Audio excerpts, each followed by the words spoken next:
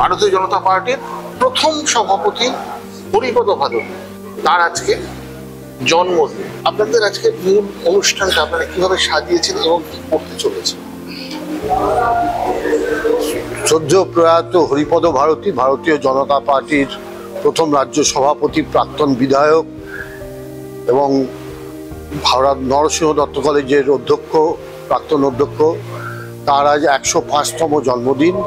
সেই উপলক্ষে আমরা হরিপদ ভারতী স্মৃতিরক্ষা সমিতির পক্ষ থেকে প্রতি বছরের মতন এবছরও তার জন্মদিন পালন করতে উদ্যোগী হয়েছি।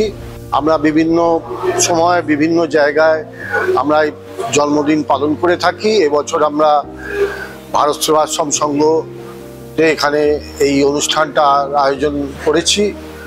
আজকের অনুষ্ঠানে ভারত সেবাশ্রম সংঘের প্রধান সম্পাদক স্বামী বিষ্মাত্মানন্দজি মহারাজ, যাকে আমরা সবাই দিলীপ মহারাজ বলে জানি, তিনি আজকের এই অনুষ্ঠানের উদ্বোধন করবেন আর কিছুক্ষণের মধ্যেই।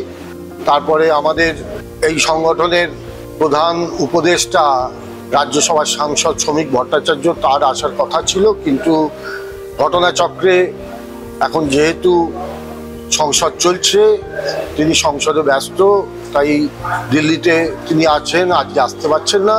তার বার্তা তিনি পাঠাবেন, তার সাথে কথা হয়েছে, তার বার্তা আমরা পৌঁছবো। তারপরে মানে এই অনুষ্ঠানের মূল উদ্দেশ্যটা, মূল উদ্দেশ্য হরিপদ ভারতী তিনি যেমন ভারতীয় জনতা পার্টির একজন সভাপতি ছিলেন, ভারতীয় জনসংঘ থেকে জাতীয়তাবাদী যে রাজনীতি, তার সাথে দীর্ঘ বছর ধরে তার সারা জীবন তিনি অতিবাহিত করে গেছেন।